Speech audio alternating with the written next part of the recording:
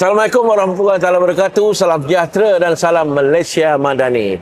55 di Sekota, kali ini kita bawa jurulatih yang mengharumkan nama atlet-atlet para kita dari sukan boccia. Raja Fazrul.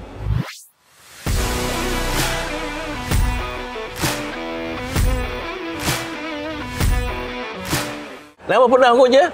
Nama penuh Raja Zarul Azhar bin Raja Khairul Anwar.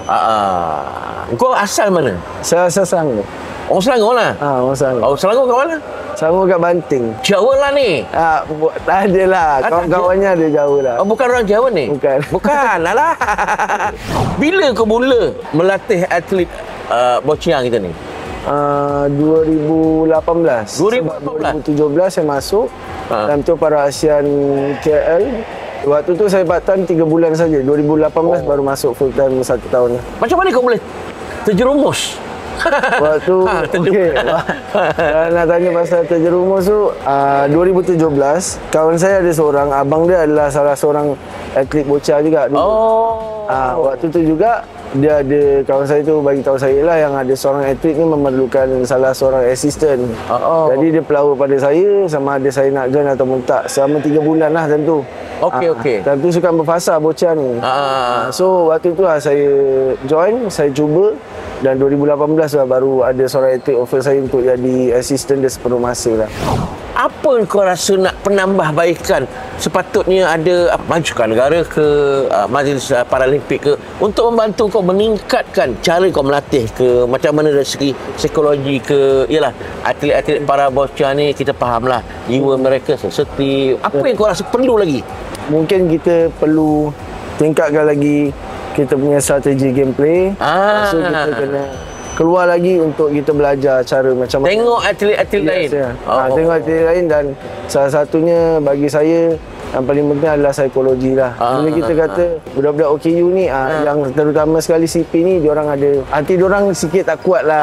Dia macam cepat tersentuh. Cepat tersentuh, betul. Tegur-tegur pun bukan sebarang tegur. Betul. Nanti dia bawa hati ya. Betul. Kadang-kadang dari segi teknikal, macam mana kau nak cari idea? Yalah, kau bukan bekas atlet ke, bukan itu ke apa kan, memang tak ada pengalaman dari segi kejurulatihan. Tiba-tiba nak bawa atlet, dia bukan sebarang baling. Dia ada baring langgarnya mana, perginya mana, macam mana. Dari segi taktikalnya tu, dari segi tekniknya tu, macam mana kau nak mencari yang baru, yang ke tengok Google ke tengok atlet, macam mana tu? Kalau macam saya paling berkesan bagi saya, kita tengok game yang paling tinggi, contoh Paralimpik. So Paralimpik ni bukan semua atlet yang dapat pergi, semuanya dalam top 10 world ranking. So jadi gameplay diorang tu agak bagus.